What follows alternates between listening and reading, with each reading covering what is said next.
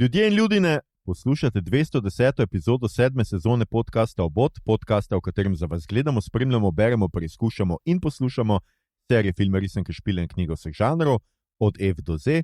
Obot, osebe brez odvečnih dvojnikov, smo Mito Gegić, Servus, Igor Harp Jo. in Aljoša Harlamov, tokrat brez gosta oziroma gostje, a nič manj gostoleči.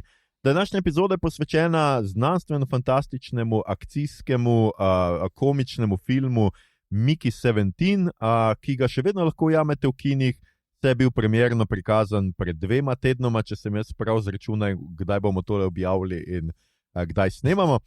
Kakorkoli že, minister za kopiranje in kolonizacijo vesolja opozarja, epizoda lahko vsebuje kvarnike, zato poslušate na lastno odgovornost. In zdaj malo muzike.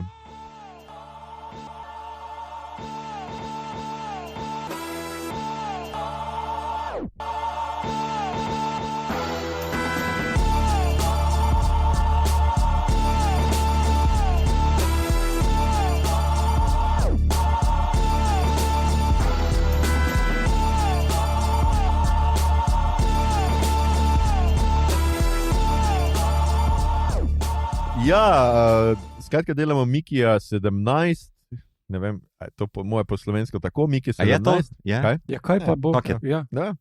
Mickey Številka je, 17. ja, nič ne Ja. piše, kaj je, kako se izgovori ali po angleško ali po slovensko. Okej. Stvar je narejena po romanu Mickey 7, pisatelja Edwarda Ashtona.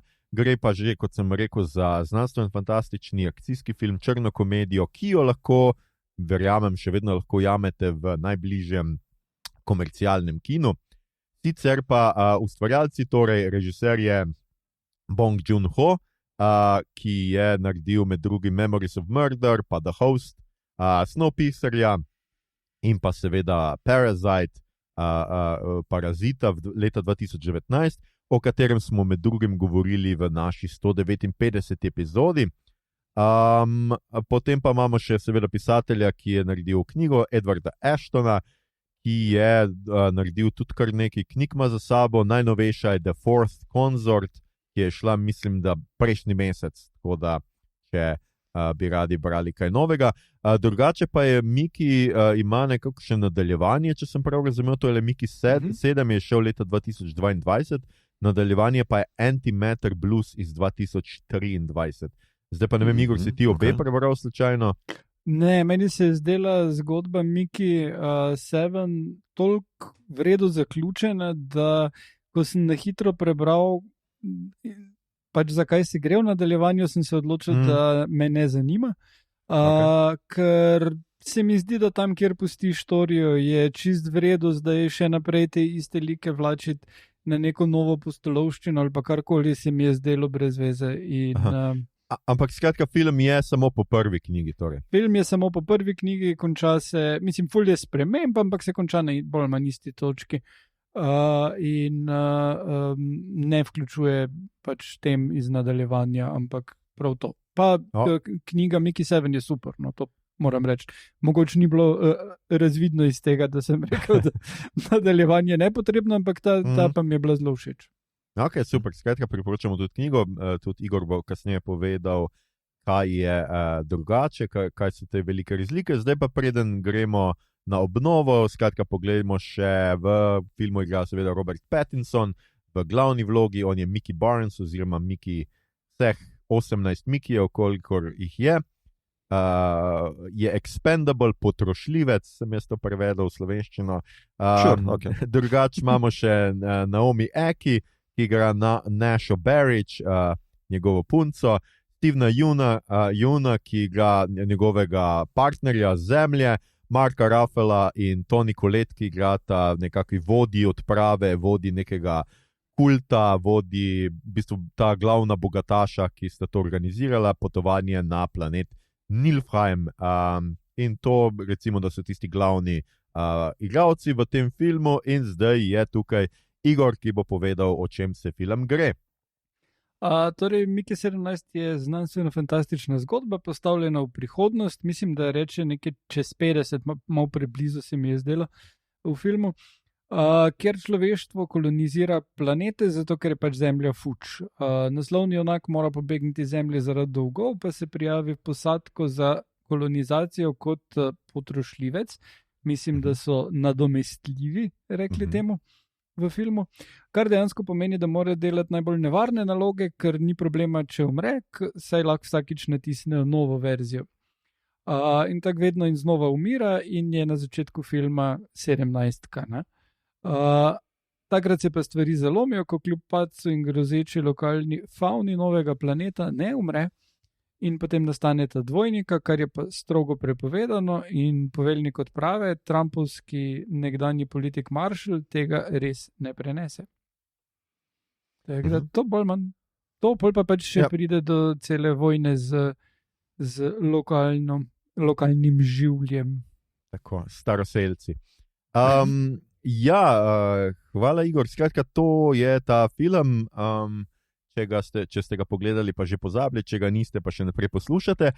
Tako kot zmeraj, gremo prvi krog, kako nam je bil film všeč. In začel bo Mito, kar je tradicionalno tisti, ki zdaj začenja ta krog. Mito? To je za ponovno. Okay. To je tradicija, to je tako kot kurentov skok. Tretjič se je ponovilo in je tradicionalno. Right, ok. Meni je bil film všeč, pa zanimiv eksperiment, predvsem kot nadaljevanje za karijere po post-Parazita. Mislim, da se dosti pričakovalo od Bong Joon-hoja. Moram reči, da deloma je ta pričakovanja upravičil ali pa uresničil, deloma pa tudi ne. Zdaj, meni je bil všeč film, ker je pač neka taka zanimiva žanrska mešanca, imaš vse neke klasične elemente njegovih poprejšnjih filmov, ali so to neke kritike družbenega sistema, kast ali pa ekologije, empatije in tako naprej. To so neke teme, s katerimi se on v večjih filmih ukvarja. Moram reči, da je izjemna igra, izjemna fotografija in deluje kot, še najbolj ga pa spoštujem tukaj kot originalni izdelek, ni to neki del neke franšize. Super mi je, da Warner Bros. To dal temu filmu, temu zelo zanimivemu filmu v bistvu zeleno luč. Moram pa reči, da pa ni popolnoma izpolnil mojih pričakovanj, ker nekako vse te elemente, ki sem pa jih naštel, ne izpelje do konca ali pa vsaj ne tako daleč, kot bi si pa želel ali pa pričakoval od Bong Joon-hoja.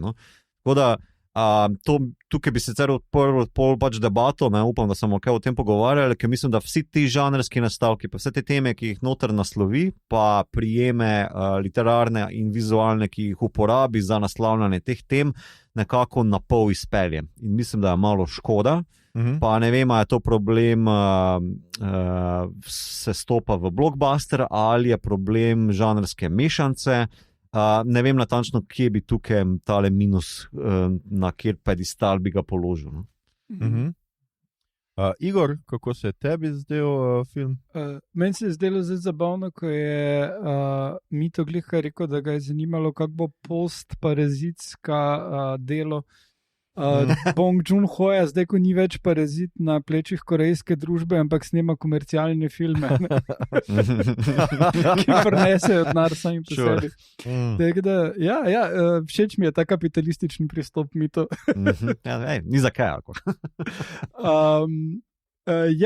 Se pa povsem strinjam s vsem, kar je rekel. Super je, vizualno je v redu, igra je fenomenalna. Pač zgodbo iz knjige pa pri prenosu na film nekako izgubi nastavke.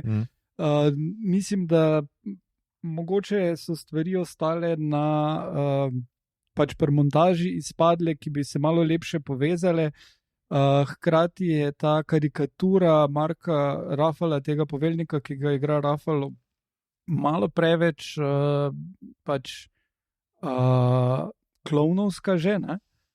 Mislim, da z njo pokaže zelo, žal, kot vidimo, realistično, kam privede to, da vsi samo prikimavajo nekomu, ki sprejema vedno slabše odločitve in dokler mu vsi še naprej prikimavajo, to gre na vedno slabši način. Je pa v knjigi uravnoteženo, ker nimaš samo tega poveljnika, ki sploh ni politik, ampak je tehnokrat in je omejen zaradi tega, ker hoče vse delati po pravilih. Pa imaš še druge poveljnike, ki so tam znanstveniki ali pa karkoli in imajo na drugačen način vpliv, kar tukaj pokaže tega varnostnika, ki na koncu ustavi vse skupaj. Mislim, da je tega človeka basically ni do te točke na koncu, ki se na koncu skoči naprej. Tako da mislim, da tukaj je eno par pomanjkljivosti, neke stvari, ki so se zgubile. Ampak še vseeno pa je film zabaven, zelo vredu humor, dost vredu akcija in krasno posnet. Mislim tudi creature design in vse ostalo in printer, to se mi je ful dopadlo.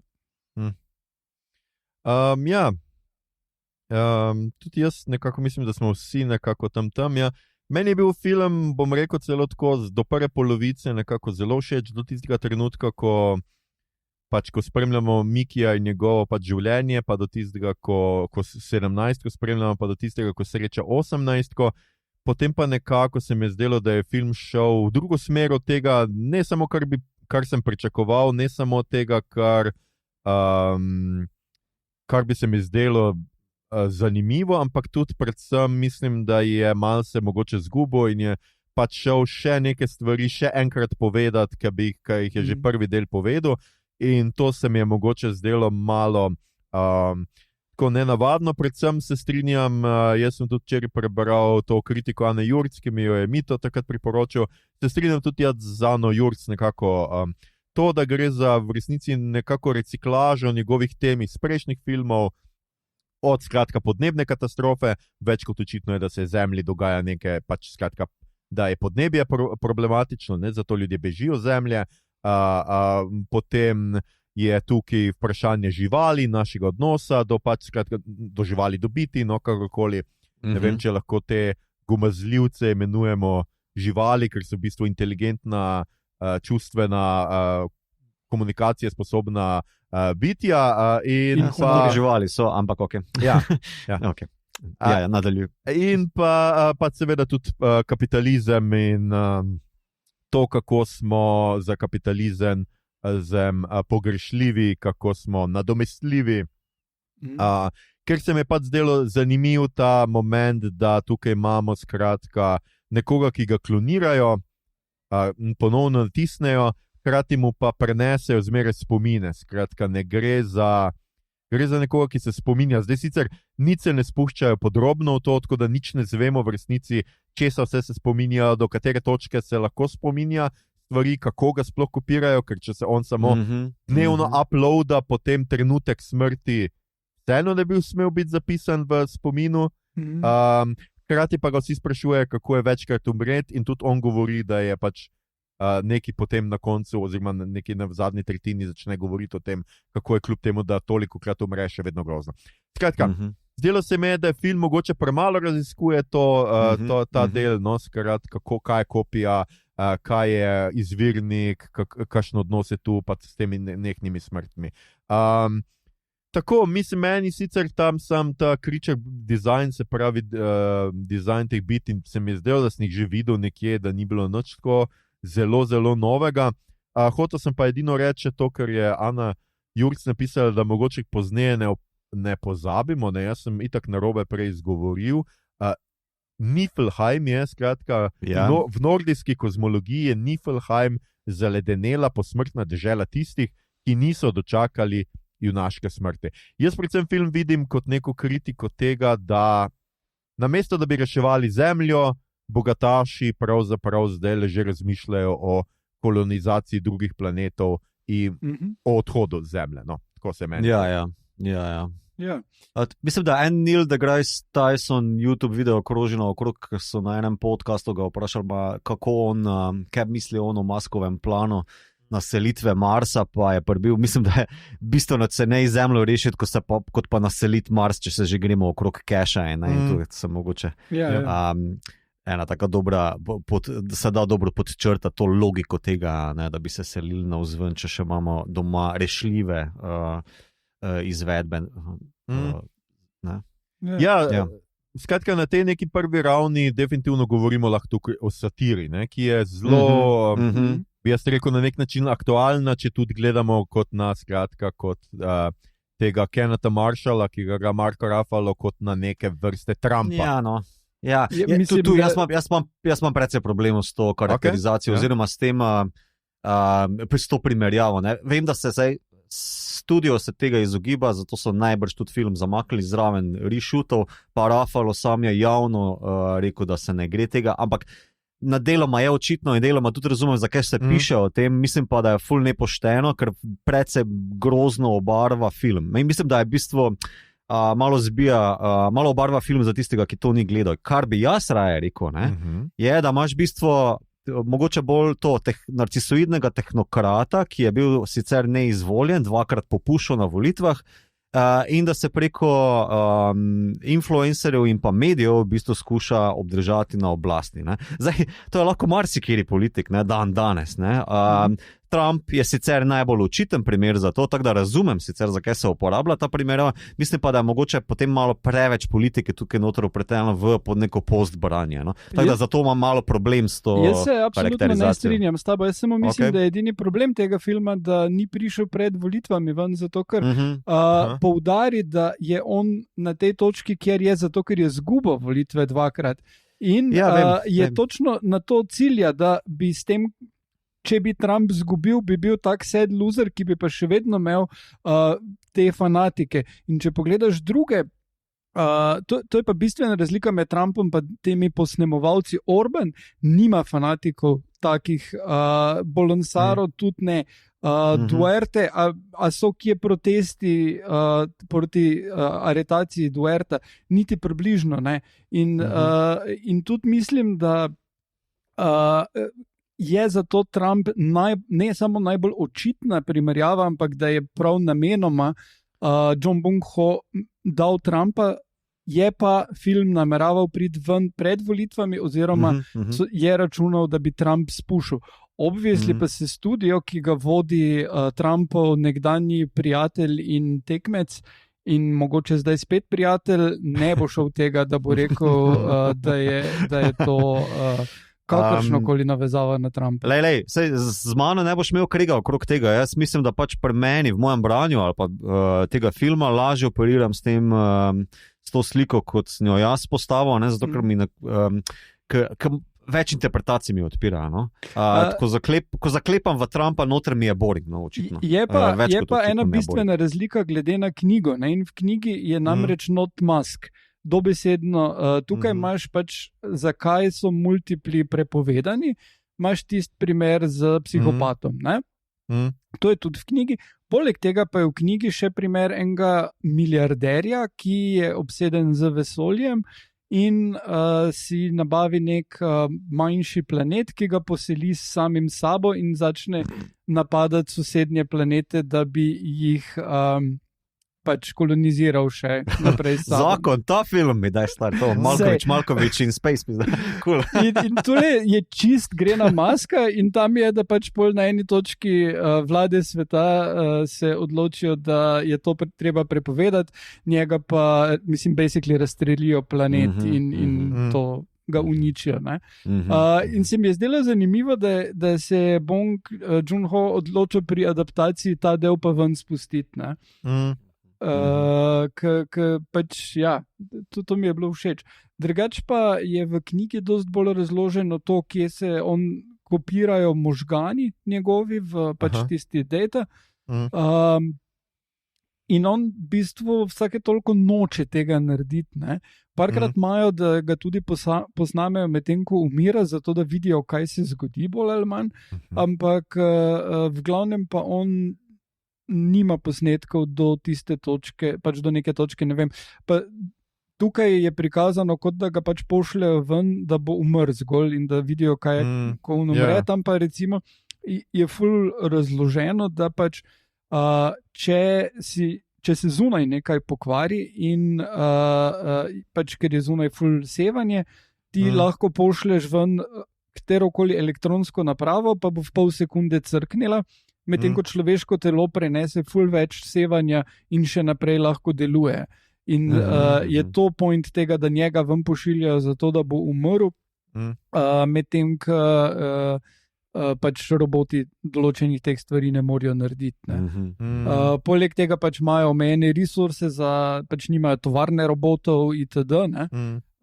Dokler ne bojo prišli na planet in tam vzpostavili nove lahko. Tako da to je v knjigi kar manj satirično, ne, in je tudi enih par teh tragičnih primerov. Vse tukaj je tudi vredno prikazano, tam, ko on umira zaradi tiste viroze in gre ona k njemu noter v skafandru oziroma hazmatu. Tisto je zelo, se mi zdelo, dosti emocionalno in se pa hkrati zelo vredno vklopi v bolj satiričen ton filma. Ne.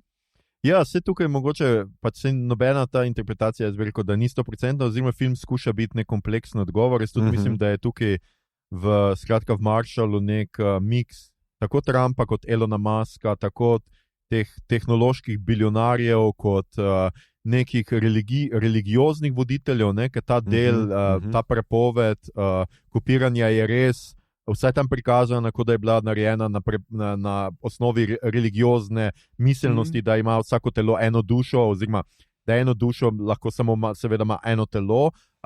Čeprav recimo tudi potem imamo take zanimive diskrepance, ne, da recimo Miki 17 je zelo drugačen od Miki 18 in ne veš čisto točno, zakaj je prišlo do tega, potem imaš pa tudi, to sem še hotel reči, da je človek potrošno blago je res nakazano, ko ga ven pošljajo nekaj popravljati, ampak večinoma sem jaz dobil občutek, vsaj ko smo gledali tam neko montažo, da so ga znanstveniki precej mučili, no? Da v resnici je bil zanimiv znanstvenikom ravno z tega, ker so lahko opazovali prvič posledice nekega sevanja na njem, potem ta virus oziroma karkoli so pač razvijali sami, kot se je pol izkazalo nekaj iz tega, ne. Tako da je bilo, se mi zdi, da je to, kar je, mislim, da si mi to ti, tako ko smo šli iz kina, ali pa tudi si mogoče pol, ki je si rekel, da je to zate zgodba o empatiji. Tudi meni se je zdelo, da to iz različnih vidikov kaže, v resnici prikazuje pač zmožnost neke, ali pa nezmožnost empatije. Vsekakor, ja mislim, da to, v prvi sceni, ko se v bistvu Steve Yeun spusti, njegov prijatelj spusti do 17-ke, pa ga vpraša, kako je umriti. V bistvu kot tale nek ne vprašaj ali pa klicaj po empatiji, ampak nekako temo naznani, da v bistvu ljudi zanima, ne, sicer kaj se zgodi, ampak jih zanima bolj kot kurioziteta. V njemu ne vidijo kao sočloveka več, ampak je le kopije, neke kopije, ki ima mogoče nek odgovor, ki jih delno zanima. Ne.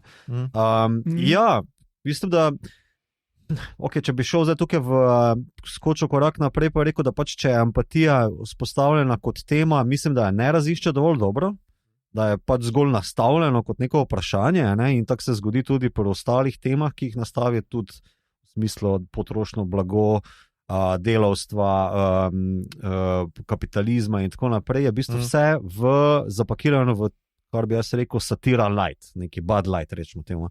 Nekaj, kar je zelo površinsko, no, in se mi zdi, da tukaj malo zgreši nekih globih premis, ne. Zdaj prav pri empatiji ali pa pri kloniranju, ne, potem ne razišče dovolj dobro, kot pa naprimer rečemo to Star Trek naredi. Evo, bom vrgel ven EMH iz Voyagerja, ki ima en log, kako svoje človekove pravice dobi, in ima 1, 2, 3 epizode, ko se v bistvu ga res obravnava kot delavca. Ne. Tam je v 7. sezoni je celo avtorske pravice, ki so ta teden aktualne v Sloveniji. Ali ima nekdo, ki je namenjen kot delavec, ki nima svoje avtonomije, lahko ima pravice, lahko v bistvu se tudi izraža na nek način, ne? In je v 45 minutah, v tistem, mislim, da doktor, če se ne motim, epizodi, bistveno globje, pa temeljite raziskano, kot pa tukaj. Pa razumem, da v bistvu ta film ni to, ne more biti to, ampak mislim, da se tudi noče niti nekako pretirano obadati s tem. Je humorno, jaz sem se smejal tudi pri onem tiskanju, pa pri zatikanju onega kartuša, kakorkoli bomo temu rekli. Ja, ima dobro premiso za te humorne nastavke, ni pa nič globega za temu, žal, in tu mi je malo žal. Ne, tole vprašanje empatije uspe razviti samo napram ljudje do teh biti. To še na najbolj očitne načine, da ona mora kričati "We're the aliens", ne? In da je Miki toliko glup, da tega nas kapira takoj, ne? Kar to je pa razlika od knjige, Miki tam ni glup, no. Miki je tam odgovoren za vse svoje probleme, ne? Ker tukaj je tudi prikazano, kot da je Miki v bistvu tale Timo v bistvu kriv za tale propadl biznis itd., ne? Medtem ko je tam malo ga mogoče spodbuja, ker je Timo pa tam ful pameten njegov prijatelj, on pa je pameten, ampak hkrati impulziven in basically zapade v dolgove, ker zakocka denar, ker je gambler.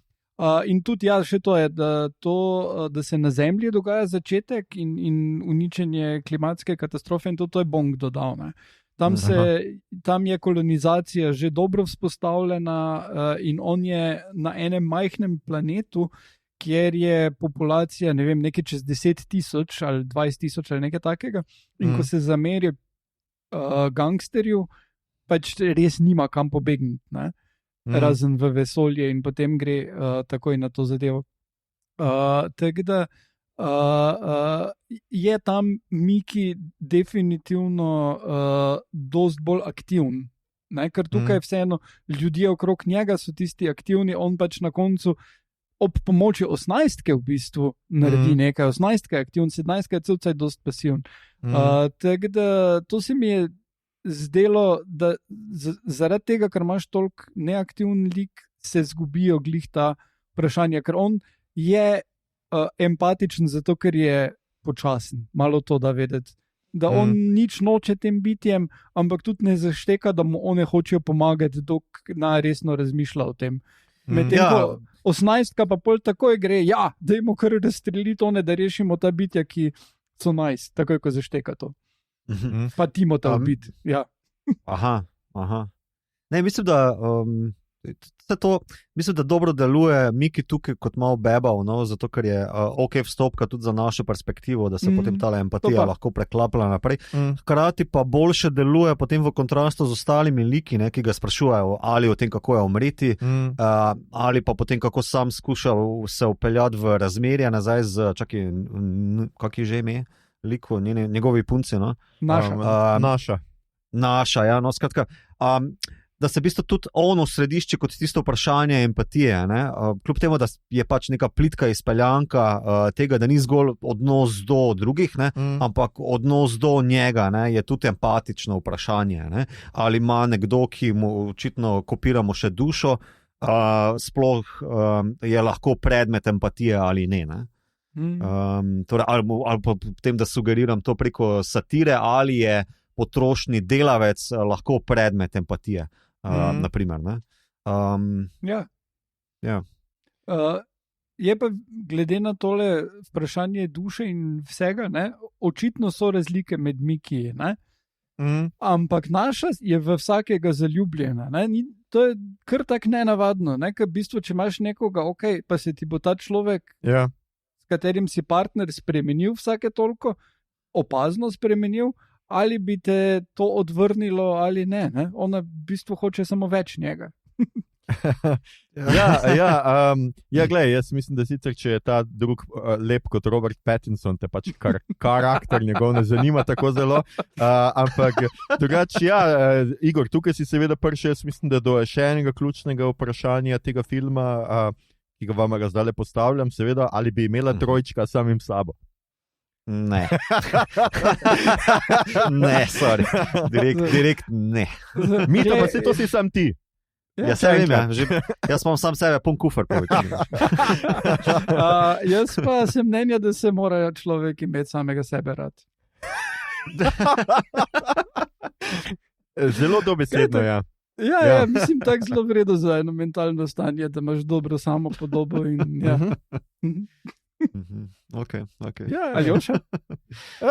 Pa no. Tudi jaz sem odprt za eksperimente, čeprav ne vem, no, tudi jaz ne vem, samega sebe, to mi je mogoče malo Medtem ko na drugi strani, ja. Ne vem, če bi Kaj pa, če pa vprašanje malo obrneš? Torej, če imaš možnost trojčka samim sabo, a rabiš sploh trojček, a nisi že sam sebi dovolj? A rabiš kogarkoli, ja. Okay.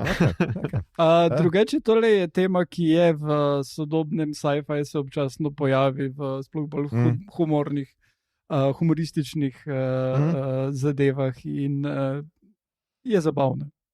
Ja, pa sej je logično, ne? Človeštvo bo karkoli, katerikoli izum bo zelo hitro začelo uporabljati na zelo intimne načine. Jaz sem hotel še to reči, ja, da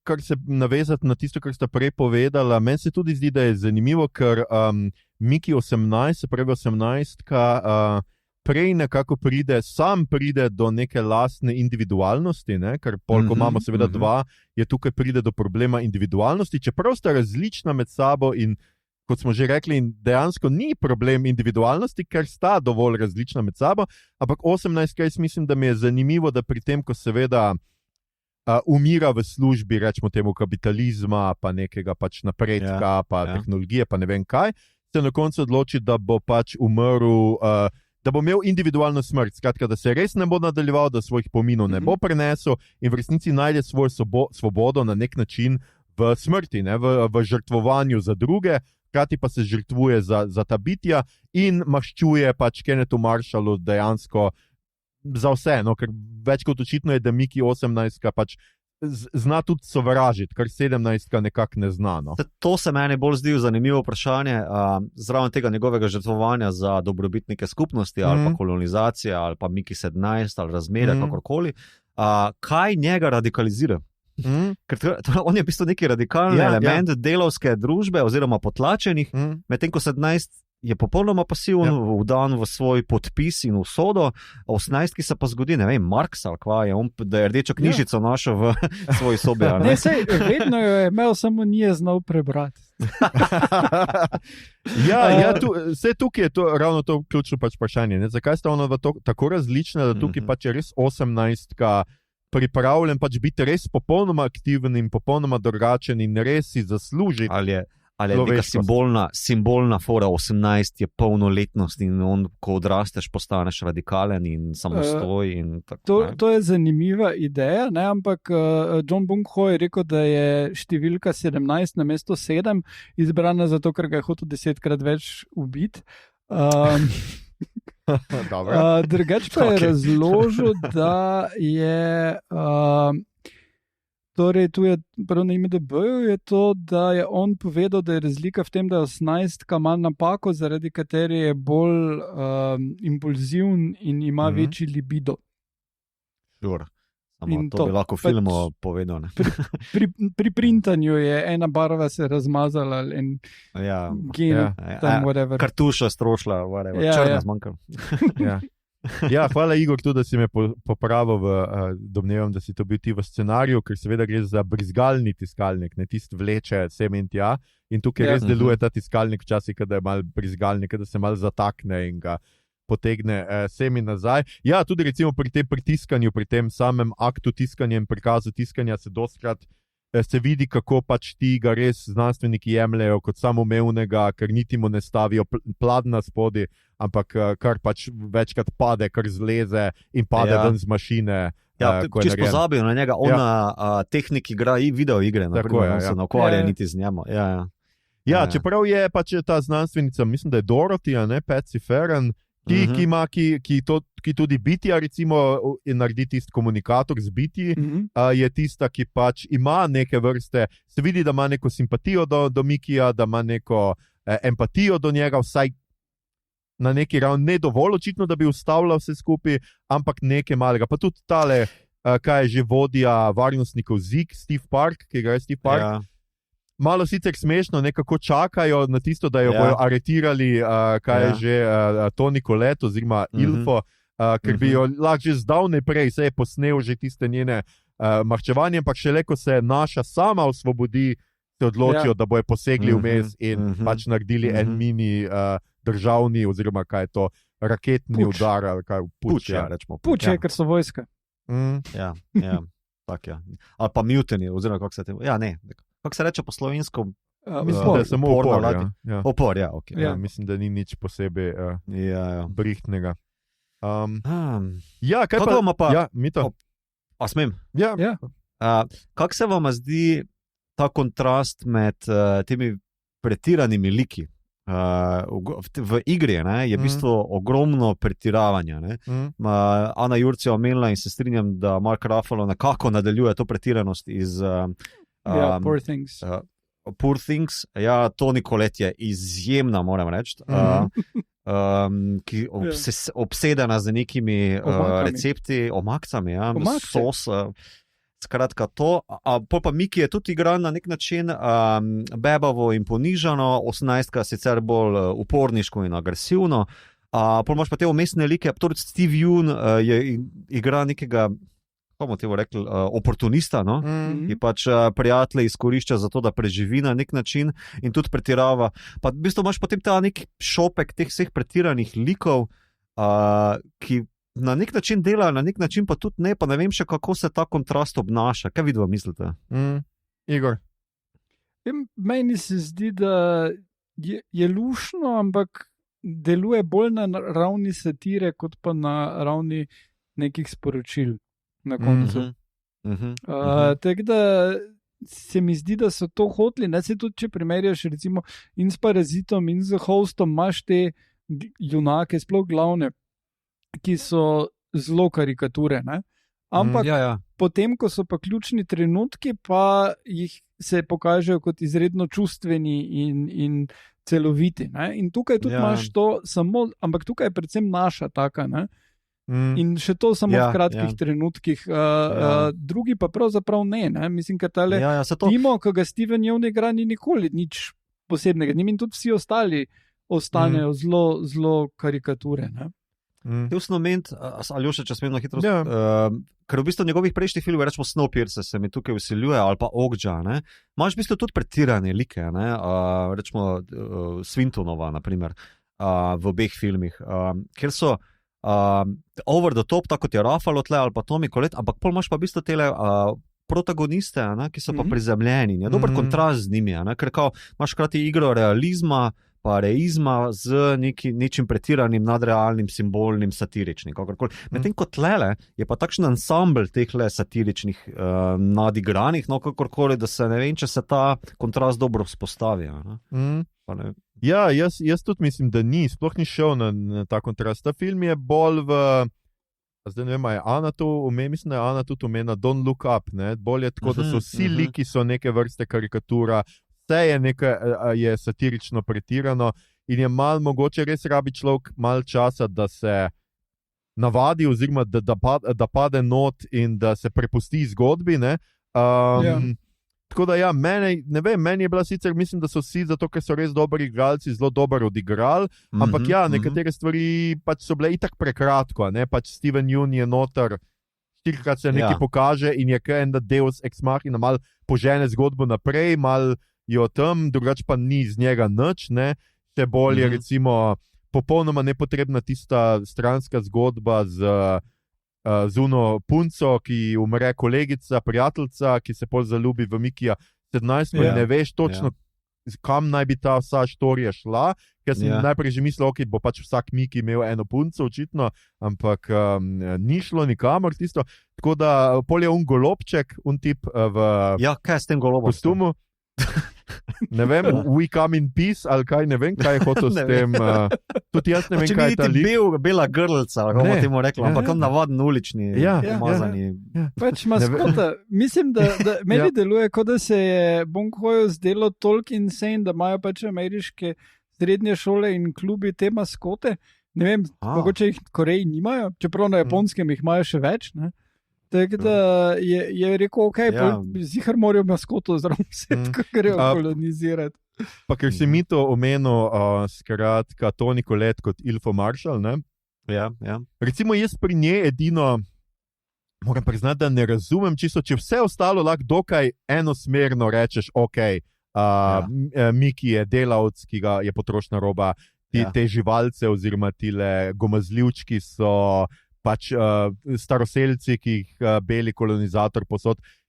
Kaj točno predstavlja njegova žena z temi omakami, kaj točno je, kako si to kaj predstavlja, ker ona dela omake, ne vem, mislim, res je noro, no tam unmo odreže onemu gumazljivčku repek in ga zmelje in je zdaj to omaka, mislim. To je smoothie kot omaka. Ja, mislim, jaz že to je. Hvala Igor, zdaj si še hujš predstavljam. Ja, ampak ja, mal mi potegne na Tradwife, pa to podpornico tega svojega velikega vodje. Malo je tudi Lady Macbeth, se ona ga spodbuja. Ti ne je dosti jasno, da je on niglih intelektualni trust, ona pa tudi ne, ampak. Ja, jaz sem jo tudi jemal na ta način, da je v bistvu kot neki podporni steber, kot za vsakim velikim moškim je neka močna ženska, kakorkoli, ampak še bolj jo pojemljem kot neko črno luknjo brez sleherne empatije. Ona je pa potem ta ultimativni kontrast, ker njo niti ne zanima, kaj pomeni umreti ali pa kaj je bolečina za ostale ali pa kdo so sploh ostali. Njo zgolj in samo zanima omaka, pa deloma njen mož, kao Marshall. To je to. Pa preproga, zelo empatična je do preproge. Ja, tako se mi zdi, da pač ona je tisti neki bogatunski eksces, ki je tako odrezan od vsake stvarnosti, od delavstva, od česarkoli, da pač ima zgolj in en sam interes. Ostati na oblasti pa delati svoje omakce. Tako jaz ne na ta način vidim. Ja, vse. Zelo verjetno, ja, ker tole me res tudi jaz moram priznati, da pa se ne vem, mislim, da to zdaj že ugotavljamo zadnjih nekaj let, da je Toni Collette res izjemna igralka in da če nima še kakšnih nagrad, bi si jih res zaslužila za svoje izjemne vloge. Tole, da vidim, kaj se še imel takega zapisanega. Ja, meni je bilo zelo zanimivo, ker sem pol šele, ko sem domov prišel, pa razmislil, da Timo, seveda, ta pač izkoriščevalski prijatelj Mikija, ga tudi tukaj izkorišča, ker ugotovimo, da tam na začetku, ko ga pusti umreti, ko mu reče, vrv je prekratka, ne da se mi, pa čeprav je on še več kot očitno živ in ne bi bilo treba, da umre, se pa potrudi, da ukrade njegov flamethrower, se pravi metalec plamenov, ker seveda neko to drogo, ki jo on preprodaja, krade ven iz teh metalcev plamena. Skratka, tu mi je bilo pa fajn, ker tega ni nikoli bilo direkt, naravnost povedano, ampak pač sam potem izveš, da ono, čeprav jaz res ne vem, kaj bi bilo, kaj je not, mislim, to je neko gorivo za metalca plamenov, pa to pol snifajo ali kakorkoli že. Tako imaš vdihavanje benzina. Tako kot ljudje vedno najdejo nove tehnologije, načine, da nove tehnologije uporabijo na intimne načine, tudi najdejo zadeve, ki jih bo zadele, kjerkoli so. Droge in seks, kao glavni motorji tehnološkega razvoja. Rock'n'roll. Ja, še posebej, ker malo gre tudi proti tej puritanski logiki, ki jo uvaja Marshall na ladji, ker pač reče kalorije, mislim, treba je šparati kalorije, zato ker imajo tako malo hrane, valjda, na poti, na dolgi poti in pač ne smejo. Na kjerem koncu treba šparati, ne? Jasno, on jim nič kaj preshujša, moramo reči. Ne. Je gledal, omake redijo, ne? Ja, zdaj verjetno seksata, mogoče res ne, ampak ja. Še eno idejo imam, njegovi zobje, njegovi zobje so povsem očitno fake, ne? Vidi se, da ima protezo, Ruffalo, ne? Mogoče pač nima zob in lahko je samo omake. Mogoče, zato Mikijo nastavi on zrezek in ga tako lačno gleda zraven, tisti zgleda kar malo gabno. Čisto surov zrezek, Drugač pa tudi tukaj se mi je zdelo, da pač Marshall ima malo v sebi, Ruffalo je pač malo tudi projicira tega nekega vodjo kulta, ker v resnici tam skuša, tam nekako, ko je ona Kai Katz zraven, nekako, če sem jaz prav razumel, in namiguje tudi, da on bi kar pač vse te ženske, da se bojo že nekako razmnoževale, ko bojo prišli na tem planetu, če tudi bojo kdaj rabile kakšnega spolnega partnerja več, recimo. Sej. Drugače pa ta igralka, ki igra Kai Katz, ima najbolj cool priimek in sicer Vratolomej. Mislim, da bi morala biti gimnastičarka ali pa mojstrica borilnih veščin, ampak v redu, Vratolomej je cool. Sicer je Vartolomej, ampak naj ti bak, Za nas disleksike vse. Ja. Dajmo, pustimo tole. Drugač pa ja, malo sem hotel tudi še to komentirati, kako pač to ponovno tiskanje in to in pač ta zadrega, ki je zdaj z dvema pač Mikijema, je seveda tudi ta zadrega, kdo se bo kopiral dalje, kdo bo torej nadaljeval svoje gene, svojo vrsto, kakorkoli že. In to pač seveda je del tudi tega, da kolonija, ko pride, mora nadaljevati svojo vrsto. In je malo tam, mislim, da tudi ta ameriška res obsedenost z tem, kdo je moj pravi foter, z neko to rodbino, za katero vsi govorijo, da Američani imajo zaradi tega, ker so seveda ki so prvi, ki so izgnali kralje in so pač pravzaprav kot republika obsedeni s temi svojimi rodbinami, Kennedy in zdaj očitno Trumpi in ne vem, s katerimi še. Skratka, Clinton, ja, hvala tudi. Ja. Pa tudi zato sem se tega spomnil, ker bom jaz pozneje omenil, v kaj smo gledali en film, ki je tudi obseden z predniki. No, to sem še hotel. Jaz sem pa prej videl tukaj foro, da če imaš dvojnika, so to še ena usta več, en parazit, ki dodatno zažira naša sredstva, medtem ko Miki pa vidi, nekdo, ki mi bo polovico delovnega časa olajšal, tako je rešitev, da ne bi delati toliko. Bolj vzdolž tega sem jaz videl. Tudi ta rodbina fora mi gre ok. Ja, definitivno pa pač tukaj spet pridemo do tega, kar je tudi pogosto pač motiv v grozljivkah, pač pojav doppelgangerja, ne? In tukaj je pač tudi seveda ta motiv, ker v neki tej klasični mitologiji, če vidiš svojega doppelgangerja, če ga zagledaš, to pomeni, da boš umrl, eno, dva mora umreti. Zmeraj je to nekako tako. In tudi tukaj je pač zdaj seveda to obrnjeno v neko visoko tehnologijo in v omejitve, ki jih ima visoka tehnologija, predvsem, ker se tudi meni zdi zelo smiselno, ker, kot smo pa rekli, ne samo za seks in samo za droge, tehnologija se seveda uporablja tudi za zločin, ne? Ker je seveda takoj pomislil na to, da če se lahko kopira, da lahko samemu sebi da dober alibi, psihopata ali karkoli. Zdaj, veliko smo komentirali, predvsem Mikija in kopiranje, v drugi del filma z temi gomazečki smo pa mal preskočili, oziroma nismo kaj dosti komentirali, imamo tukaj še kaj povedati, je kaj več kot, tako kot sem že prej rekel, metafora za belo kolonizacijo in za totalno neempatijo do nečloveških živali. Ne vem, če je kaj tlele posredi. V bistvu na koncu jim da klukco visoke inteligence, ker se izkaže, da so blefirali za nekim masovnim pobojem ali z nekim, rečemo temu, orožjem za masovne poboje, kakorkoli je bil samo blef. Torej, good joke, torej tudi takšne kreaturce, kot ste ve, lahko blefirajo in to. V bistvu na humor je speljano brez neke globjega razglabljanja o tem, kdo so, kakšna njihova kultura. Omenijo, da so v bistvu manjši, pa večji, pa dojenčki, pa matica je tamle in to je to.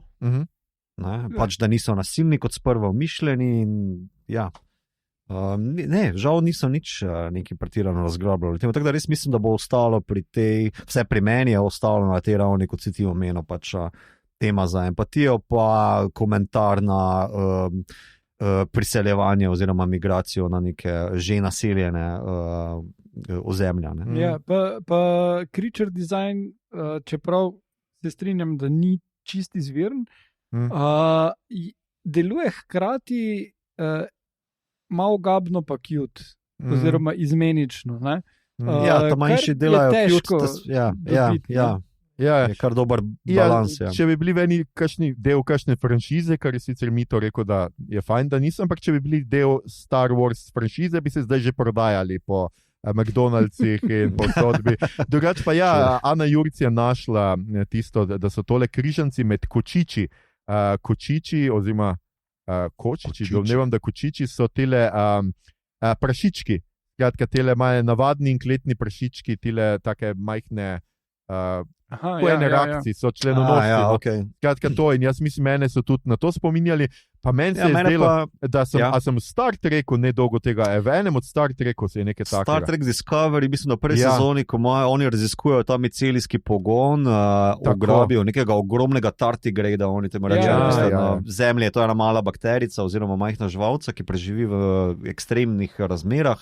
v Star Treku pa to neka velika žival, ki potuje po tem micelijskem omrežju. Mene na to spomnilo. Pa moram reči, da ima po nekih teh, rečemo temu lovkah, ki visijo dol izpod kožuha, no? Malo me spominja na Arrival, po onih prstih, a veš, hodijo alieni. Samo to, tale element se je nekako preslikal tu. Ne? Ja, tukaj imam neko asociacijo, no, nič zemljskega me pa ne potegne, kaj preveč. Okay. Ja, Tardigrade, hvala. No, super. Danes, evo, za vse nostalgike, danes ste 2-krat imeli Star Trek kotiček v Mikiju. Se bi še več lahko dal, ampak ne bom. Okay, kako se vama je zdel konc? Demo, meni, lahko ena par stvari bi še vrgel noter debato, če še vzamemo si 10 minut, recimo. Meni, na primer, ful ni bil prepričljiv videz tega sveta, oziroma nasploh tega filma. Ne? Nekako se mi zdi kopij že nekih sci-fi filmov, ki smo jih videli. Tako da v tem mi niti malo ni bil originalen. Nekako je bil Weyland-Yutani tehnologija, pa izgled Blade Runnera, pa Aliena.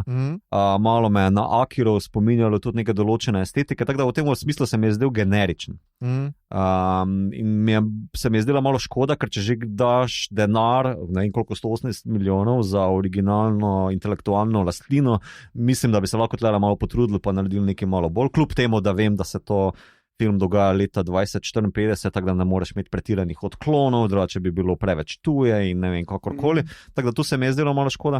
Pa kar se pa tiče konca filma, pa predolg, sam to. Zakva si naredil to, kar si naredil. Ja, tudi meni se je zdel malo dolg. Tista, karkoli je že bila sanska scena, karkoli za Toni Collette, ki se še mu pojavi in čeprav je že mrtva in tako. Nisem čisto razumel, zakaj je bilo tisto potrebno. Meni se je zdel to flashback, ne? Ne. Jaz mislim, da je bilo bolj sanje. Zato, ker je on v... Nočno more. Ja, zato... Ne.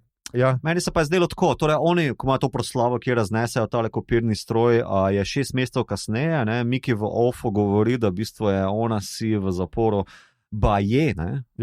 Žile prerezala, pol pa sem razumel, da je tale, ti praviš sanska, jaz sem to razumel kot flashback, kjer je pač ona Miki presenetil njo, ko je tiskala Maršala ven, ker to je tudi zanimiva tema, ki je žal ni film raziskal, ne? Zakaj se bogati ne tiskajo, ker veš, da bi se tiskali, ker pač nesmrtnost pa tako naprej, na nek način. In da pač ona želi ultimativen omakco narediti z Maršala, I guess, in da je to tista zadnja linija, ki pač ni. Ne, okay. Jaz sem tu videl samo njegovo nočno moro, ker je tudi nerealistično, da ona da neko omako not in iz nje dobi Maršala. To je zelo tak nekaj, kar bi v sanjah povezal skupaj, glede na to, da so od njega tiskali iz nekih drugih brizgalnikov. Tako da se mi je zdelo, da tu pač imaš en, ne vem, začetek Panic Attacka, pa se odloči, da ga ne rabi imeti, ker je zdaj odrasel in se ne rabi več bati. Najde tudi on partijsko knjižico. Jaz mislim, da prav, zato ker govori v tistem tik pred tem, pač govori, kako slabo spi in kako sanja in tako. In tudi on, mislim, da je reče, nisi ti že umrla, ali nisi ti umrla in potem mi začne kriteč, tudi jaz ne razumel, da je zaradi tega, da je to sanje, ampak v vsakem primeru, tudi če bi bil flashback, tudi karkoli bi bilo, se mi je zdelo rahlo odveč. Zdaj, če Igor pač pravi, mogoče da je bilo res tista zadnja stvar, da si je rekel, ne, zdaj smo tle in raznesli bomo tale tiskalnik in zdaj bomo, in od zdaj naprej bom živel srečno in ne vem kaj. Meni se zdi tale ideja, da potem razstreliš tehnologijo, ki na nek način zmoti nek življenjski red, se mi zdi malo preveč utopično, no? Ker nikoli še človeštvo tega ni naredilo. Ne?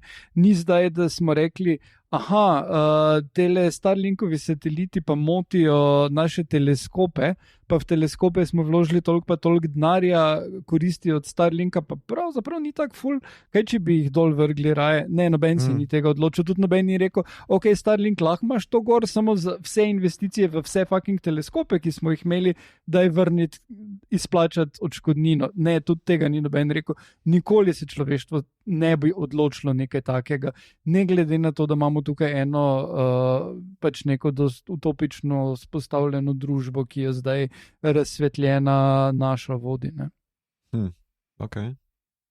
Ja, vprašanje je sicer res, koliko je tudi res razsvetljena, ne? Ker vse se zgodi tako med 4-5 liki. Tudi potem jih še vedno mene je v bistvu začudilo malo, ker jih potem še vedno zaprejo. Skratka, kljub temu, da Mark Ruffalo oziroma Marshall umre, kljub temu, da njo zaprejo, njegovo ženo, so potem še oni vseeno obtoženi in so pred nekim tribunalom, če sem prav razumel, zaradi tega, ker so pač izvedli revolucijo in šele potem, ko ona nekako, ko jih ne obsodijo in ko ona prevzame, se pravi naša prevzame, je pač šef, je izvoljena za premierko ali karkoli bomo pač temu rekli.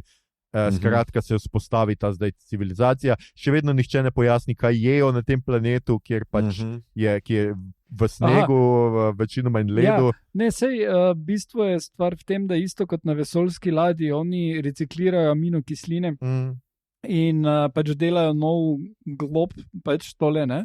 In to je tudi glavni problem v knjigi, da oni, ko si nagledajo ta planet, oddaleč sumijo, da je to v redu planet, pol pa pridejo tja pa ugotovijo, da je to planet, ki je cel cajt v snegu, pol pa ugotovijo na koncu, ne, v zadnji sceni, da mogoče so se pa v bistvu malo zmotili in da zdaj bo pomlad in tukaj tudi vidiš na koncu v filmu, da se že malo tali sneg in da bo nekaj se dalo narediti. Ne. Ja.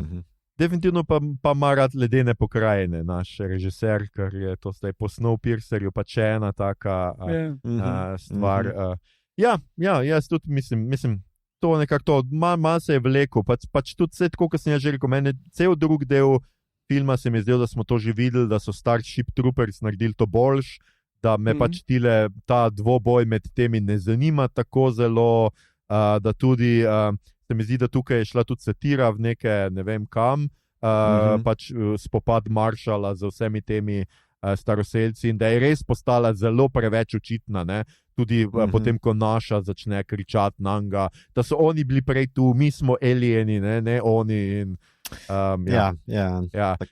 že zelo direktne stvari so. Zgleda, da je pač res od Barbie naprej, mislim, da v skoraj vsakem filmu imamo nek lik, ki nam jasno pove, kaj je tema tega filma za vse tiste v zadnji vrsti, ki niso bili najbolj pozorni. Samo veš, a ni stvar, na nek način stvar satire, da se moraš izogibati eksplicitnim nagovarjanjem, direktnim, neposrednim, drugače ni več satira. Ne, to je to, kar tako vredo deluje v Dr. Strangelove, ko se tam predsednik zadere no fighting, this is the war room. Gre pa izpostaviti to poimenovanje zadeve in da je satira, ampak še vedno deluje. Ne rabi pa razložiti, kaj je zdaj point tega filma, zato ker je jasno iz vsega skupaj. Ja, sej, mogoče bom pripel, moram poiskati, ampak mislim, da je bil članek zaklenjen, pa nisem mogel zdaj. Veliko je bilo tudi kritik na letošnje Oskarje in eden nek filmski kritik, mislim, da je na New York Timesu ali v enem tem večjih ameriških časopisov kritizira, da zadnja leta in omenja ravno Barbie, zato sem se tako spomnil, da zadnja leta smo, da se studiji prilagajajo množičnemu občinstvu, ki ne razume več satire in ironije in teh plasti teksta in mora vse biti dobesedno in je to poimenoval literalizem, se pravi, da živimo v obdobju novega literalizma, ker pač v vsakem, tako kot sem jaz rekel, v vsakem filmu mora nek lik povedati, o čem ta film gre, ker drugače pač občinstvo ne razume. Zdaj, jaz ne vem, če mislim, da že lahko gremo tako zelo daleč. Ampak se imenuje Captain Obvious. Ja, mogoče. Ampak mislim, se mi zdi zanimiva kritika. No? A si gledal Brutalista? Ne še, to pa še ne. Ja. No, prav Brutalist to naredi, ampak basically, če ne bi tega naredil, mislim, da ne bi mogli ugotoviti. Mislim, da tam je prav problem v tem, da ene stvari toliko zaklene noter v to, da ne moreš vedeti, ker jih pač ne pokaže. Ali bi rabo prej pol ure filma, ali pa pol na koncu v zadnjih 20 minutah dobesedno razložiti. Torej, 3 ure 10 filma daš skozi, o tem se gre. Ja, ne, dobesedno 3 ure popolne, ki je traja, pa je še 10-minutni segment, ki je čist drugače posnet kot nek VHS, dogaja se desetletja kasneje na Bienalu in ja. Okay. Ja, čeprav jaz bolj pogrešam, zdaj se ne bom čisto spomnil, a je to v prvi Drakuli, oziroma v eni Drakuli, Frankenstein, jaz bi imel bolj to, da na začetku pride glavni igralec, tam je pač narejeno, kot da je v gledališču, pride pač iz zavese in pač reče, zdaj pa ljudje, kar boste videli, bo zelo grozno, pomirite se, pač vse to je samo fikcija in tako. Jaz bi rekel, kaj takega. Čakaj, vse se bi demil, kao 10 zapovedi, naprej, ko on stopi na začetku. Ja. Ker so takrat pač začeli s tem, da so, to je tako danes, kar mene, tudi o tem lahko celo epizodo posnamemo, enkrat, kar mene zelo razjezi, je zdaj letile trigger warnings, ki so. Jaz skušam razumeti, pa se pravim, razumem, da ljudje imamo različne kapacitete, različno se odzovemo na senzibilitete, hvala mi, to sem iskal, in da lahko res nekaj sproži. Ampak če ti meni daš na začetku epizode, v primeru samomora, pokličite ne vem kaj, v primeru unga, jaz pričakujem, kaj se bo v zgodbi zgodilo, in to je postalo nov totalni kvarnik. Ne, jaz sem imel na Twitterju debato glede filma, prejšnji film od Naomi Eki, Blink Twice. Tam je dobesedno to v kinu, ti najprej napiše en trigger warning in potem točno veš, kaj se bo zgodilo, na kar potem film ti plete prve polovico filma nekje, pač ta suspens, to skrivnost, kaj se dogaja, in bi lahko bile 3-4 variante, ampak obvisli veš, katera bo. In je resno, no, ampak pol sem se na Twitterju pogovarjal glih o tem filmu in so rekli ljudje, ki so bili žrtve tega, da jim je to ful koristilo, da na začetku zveš. Je pa nekaj, jaz zdaj tukaj nočem spoilati, ampak itak, če boste videli film, bo napisano na začetku, ne? Gre za nekaj, kar je relativno pogosto žal v sodobni družbi in film to v redu skendla, ampak vseeno ne vem, če je ta trigger warning nujen, zato ker se hitro ugotoviš, da bi to lahko bilo. Ja, jaz mislim, da je tako, zdaj bom grdo pač rekel, res nočem žrtve raznih vrst nasilij primerjati, ampak jaz mislim, da je to nekaj podobnega, mora biti tako, kot pri alergenih, pač dajmo to nekam dati. Ne vem, vsak naj si to, da ima omogoči, da si to lahko pogleda, skratka, pa če veš, da si senzibilen za neke teme, si poglej, preden greš gledati film, ampak ne tako, da je za vse. Pač če greš to gledati, najdeš, če ne, pa ne. In ja, naj bo na nekje očitno, ne vem, magari na plakatu, ki ga jaz nikoli ne pogledam, pač pogledaš spodaj in imaš, ne vem, dajmo se tako nekako zmeniti, ampak ja, na začetku me pa stvar malo moti. Dobro, zdaj nas je malo zaneslo, ampak ja, to se hoče. Mislim, vse je razobljiva debata, no? Moram pa, ajde, to še bom vrgel noter v mix, bi pa znalo biti tile trigger warningi izjemna priložnost za subverzijo tega, da ga daš, pa narediš neki X. Aha, ali pa opustiš, pa daš nekaj novega noter. A veš, zelo zanimiv vizualni, literarni element je, ki se začel uporabljati. Se tudi na pretočnikih imaš v kotu napisano noter kao drug, alkohol, seks, ne vem kva, noter, kar so v bistvu oznake za starostne oznake, nekako kopirane noter, kar se meni zdi, da je v bistvu dovolj. Razumem, zakaj so drugače kot za žrtve določenih nasilij ali pa zločinov, kao to uporabljajo. Ena stvar je pa nujna in ne zmoti, ampak mislim, tole je utripanjem, no. To z utripanjem pa mislim, da je v redu, da dajo na začetku vsake, in da je dosti eksplicitno, da ti povejo, tu bo nekaj blinkalo. Ker, nekdo, če ima neke travme, bo šel avtomatsko pogledati, da pa nekaj blinka, pa ni nujno, da si dovolj pozoren. Ja, jaz mislim, da kar se tiče oziroma lahko bi mogoče ločil opozorila, ki so v prid zgodbe, pa ki mogoče kvarijo zgodbo. A veš, mogoče bi znala biti to ena zanimiva debata, ki sicer ni danes. Ampak neki. Ne? Ali pa vsaj, da ti napišejo, kar boste gledali v naslednje 2,5 ure je povprečen film. da lahko veš, pa rečeš, ok, mogoče pa ne. Imam pa raj 2,5 ure, gledam raj, kako Atletico matra Real in potem Real na koncu vseeno zmaga.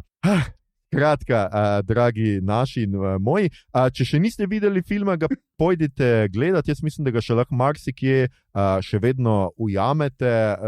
tudi če bomo tole zdaj drug teden verjetno dali ven, je film še vedno dovolj svež, da si ga pogledate, ustvarite svoje mnenje, ali pa če ste imeli mnenje, ki ni podobno našemu, dajte se nam pridružiti v debati, odpišite kaj, ko bomo objavili to epizodo na naš Discord kanal, ali pa seveda tudi komentirajte na Facebooku.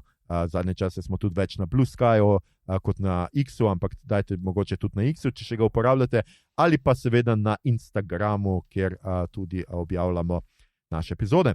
Zdaj vprašanje poslušalcev tokrat ni bilo o Mikiju nič, zadnjič smo pokurili o Vrenkeju in to pomeni, da gremo takoj na kaj smo gledali, brali, špilali, poslušali in je prvi Igor. Zdaj, glede na to, da to snemamo 2 dni po onem, nisem nič tak žanrskega pogledal, lahko pa povem, da berem zelo zanimivo knjigo in sicer Bret Easton Ellis The Shards iz 2023, to je njegova zadnja knjiga, je kar debela in je ful v redu, gre v neko spet meta sceno, kjer je glavni junak Bret Easton Ellis, ampak ne tisti Bret Easton Ellis, ki je bil v Lunar Parku, ampak Bret Easton Ellis najstnik, ki že piše Less Than Zero vmes, ampak predvsem se drogira in seksa in fokus pa je na serijskem morilcu, ki se pojavlja v Los Angelesu v tistem času in kako vpliva na njega in na njegove prijatelje. Zaenkrat pač je eden zginil in on opisuje postopoma, kako se svet spreminja okrog njega zaradi tega serijskega morilca, ki zastrahuje in najprej pač samo vlamla, pa potem pride na posiljevanje, potem pa pride na umore z grozljivimi mutilacijami in Ellis zna to zelo zanimivo napisati, kot pač ve vsakdo, ki je bral Psihota, obvesli. Tako da nisem še prebral skozi, kot sem rekel, je zelo debela knjiga, ampak je zelo zanimiva tudi. Mito, ti imaš kaj za dodati? Pogledal sem v tem času med snemanjem prejšnje epizode Daredevil 3. epizodo nove sezone Born Again in ja, je še vedno v redu, je še cool, vse še enkrat vabim, da si to pogledate. Tale epizoda končno nastavi neke, rečemo temu, premice ali pa vektorje za razvoj lika Fiska in tudi Meta, pa kar od Daredevila pričakujem, je tudi ena proceduralka, ne? To se v tej epizodi zgodi, tako da super zadeva, mislim, da je nekaj, kar je zelo dobrodošlo za Marvel, no? Pa me ful zanima, kaj si folk misli o tem, tako da dajte pogledati. No, super. Ja, tudi jaz še moram to absolutno začeti gledati. Jaz sem, zato ker zadnjicem, oziroma ker sem tako pred kakšnim mesecem ogromno stvari gledal, sem si ene stvari še pustil in sem rekel, da bom danes poročal o 3 filmih. 2 najdete tudi na pritočnikih, ki so dosegljivi v Sloveniji, 3. če imate VPN, lahko tudi na Shudderju si pogledate. Pogledal sem namreč Caddo Lake, ki ga imate na Maxu, to je bolj srhljivka kot grozljivka. Za vse tiste, ki imate radi Dark, to je ameriška verzija Dark, ker je ena zgodba, pač en nit te zgodbe ukradena iz Dark, kar zelo hitro, mislim, da človek pogrunta, posebej, če je gledal Dark. Je pa malo bolj naivno, pa z nekaj, mislim, da zgodbenimi luknjami narejeno in tukaj je ta film, ki je obseden skratka s koreninami, ker imamo noter to tipično kliše najstnice, ki noče sprejeti svojega očima in pač ves čas hoče zvedeti, kdo je njen foter, in mamo, ki iz nekega razloga laže, da je foter mrtev, oziroma da ne ve, ki je foter. Skratka, imamo pač to, kar sicer v ameriških filmih smo tolikokrat videli, ampak tokrat seveda ta laž je tudi seveda potem povezano razkritje oziroma preobrat v zvezi s to lažjo. Ampak ja, meni gre tale stvar že res precej na živce z temle obsedeno spredniki. Potem sem pogledal It's What's Inside. To je serija, ki jo imate film, ki ga imate na Netflixu. To je tudi neke, rečemo temu, neke vrste grozljivka, čeprav je tudi bolj srhljivka. Gre za nek tip prinese na eno zabavo, napravo, s katero lahko ljudje zamenjajo telesa in potem, ko to naredijo, je pravzaprav se seveda zgodijo razne, kako bi človek temu rekel, različne zapleti zaradi tega, ker nekateri nočejo vrniti svojih teles, nočejo nazaj v svoje telesa in podobno. Taka zanimiva stvar, mislim, da je bila na Netflixu kot eden boljših lanskih Netflixov filmov, ni boljši od Rebel Ridgea, ampak v redu. Okay. In potem sem pogledal še Starve Acre, to je pa film z Morphy Clark in Mattom Smithom, je pa nek folk horror, se pravi folklorna grozljivka, ampak mislim, da je celo v primerjavi s vsemi temi tremi še kar najslabša, malo se zgubi, ne vzpostavi dobro ne vzdušja, niti ni neke logike, ampak če hočete videti enega cute in hkrati zloveščega zajčka, si lahko pogledate tale film. Je pa igra pač dobra, oba igralca sta pa izjemna. Cool. Skratka, to je moje poročilo.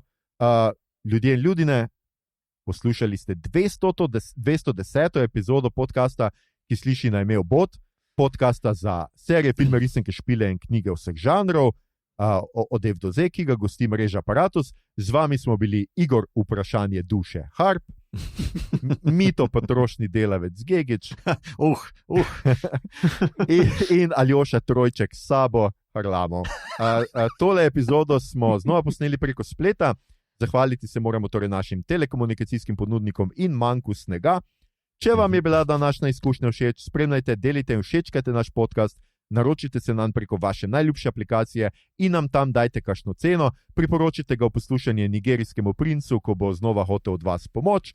In če vas je strah, da bi vam med poslušanjem podcasta razneslo možgane in oči, ne skrbite, naš podcast je samo navaden blef. Podcast najdete na Twitterju, Facebooku, Instagramu, Discordu, poslušate ga lahko na vseh odjemalnikih podcastov in na YouTubu, pridružite se nam v klepetu vsem, kar je novega v žanru, na platnih, med platnicami in na ekranih, o naših epizodah in človeški duši. To je bila že 210. epizoda. Hvala, ker ste nam naklonili svojo pozornost. Alright. Imamo kakšen avtor za to? Ne. Jaz sem upam, da se ni preveč čulo.